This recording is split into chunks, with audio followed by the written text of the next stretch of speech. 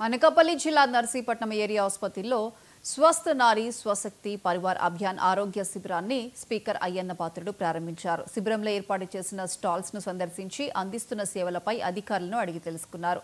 ICDS ఆధ్వర్యంలో జరిగిన సామూహిక సీమంతంలో పాల్గొని గర్భిణులను ఆశీర్వదించారు. గ్రామీణ ప్రాంతాల్లో గర్భిణీలు స్క్రీనింగ్ పరీక్షలు చేయించుకోకపోవడమే శిశువుల ఆరోగ్య సమస్యలకు ప్రధాన కారణమని అన్నారు. ఈ శిబిరం ద్వారా వివిధ రకాల స్క్రీనింగ్ పరీక్షలు చేసుకోవచ్చని చెప్పారు.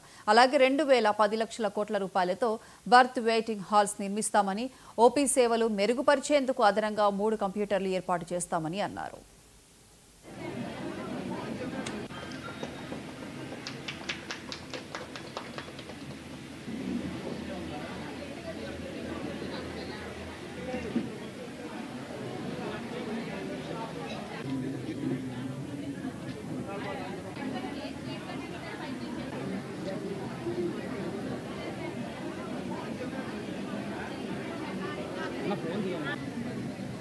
మన దేశ ప్రధానమంత్రి గారు మోడీ గారు అలాగే అన్ని రాష్ట్రాల ముఖ్యమంత్రులు అందరూ కలిసి ఒక మంచి స్కీమ్ని మన కోసం మన ప్రజల కోసం ప్రవేశపెట్టడం జరిగింది.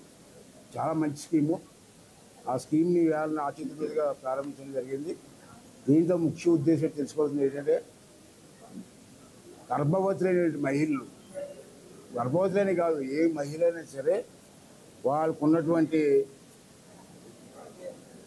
అంతర్భాగంలో ఉన్నటువంటి పరీక్షలు చేయించుకొని ఏ జబ్బు ఉందో తెలుసుకుంటే దానికి సరైన ట్రీట్మెంట్ ఇవ్వాలన్నది ప్రభుత్వం తాలూకు ముఖ్య ఉద్దేశం.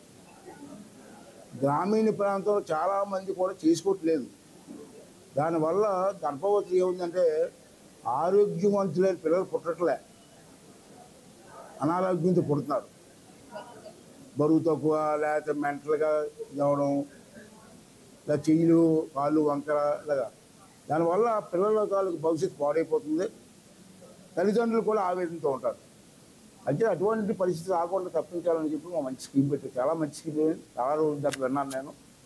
దీన్ని పెట్టాను కానీ అందరూ కూడా ఉపయోగించుకోవాల్సిన అవసరం ఉంది.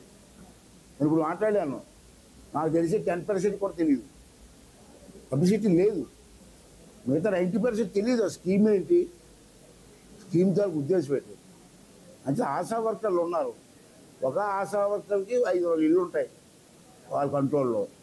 500 ఇళ్ళు కూడా రోజు చెక్ చేసి నెలకోసారైనా అటువంటి వాళ్ళు గర్భవతులు తీసుకెళ్ళచ్చు, గర్భవతులు కాని వాళ్ళని కూడా స్పెషల్ చేయించారు లేడీస్కి.